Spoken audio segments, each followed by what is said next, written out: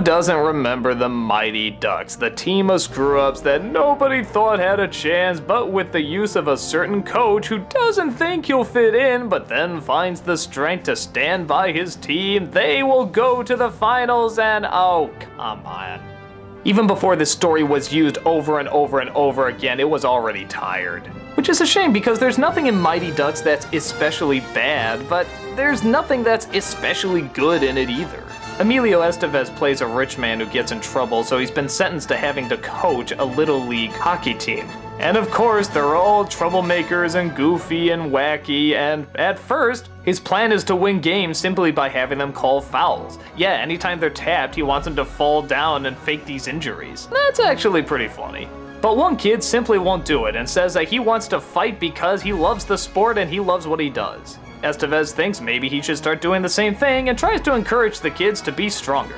And of course, through determination and hard work, they all come together, and yeah, sometimes they fall off the wagon, but they get right back on because they love their coach and they love their team, and they make it to the big playoffs and all that good stuff. What can I say about this movie that hasn't been said about every single movie that has this plot? I guess it kinda did it early on, but didn't we have Bad News Bears and a few other films before it? I think people saw it because the cast of kids they have were actually pretty good and pretty entertaining, but they weren't written that way, they were more acted that way. They had the silly faces, they had the goofy performances, and yeah, kids are gonna like that. And for a lot of younger people, this is the first time they're seeing this story. And like I said before, there's nothing really bad in it. I mean, it fills up the time fine, there's some atmospheric moments, I do like it when Estevez goes to see his old coach. But you just gotta like this formula and this setup if you're gonna like this film, and I don't. I thought it was tired and boring the first time I saw it, and I think it's tired and boring now.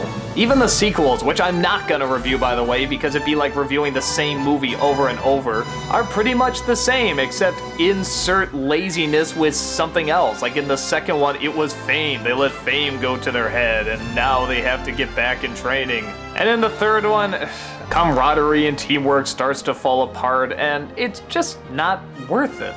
Looking back on it years later, I just find it as a huge bore. Really tell me at the beginning of this movie you don't know scene for scene what's gonna happen. And is there really anything that hilarious to keep you connected to it? I remember when I saw it as a kid, I liked it, but once, and I didn't really get why everybody had to buy this movie and have it in their collection. And nowadays, our generation knows this story about the sports team that has to be built up and will somehow succeed as the Mighty Ducks story. But even before Mighty Ducks, this story was around, and even before it existed, it was still kind of boring. If you like it, great, but I never got into these stories, and I don't think I ever will. I know a lot of people like it, but personally, I couldn't give a puck.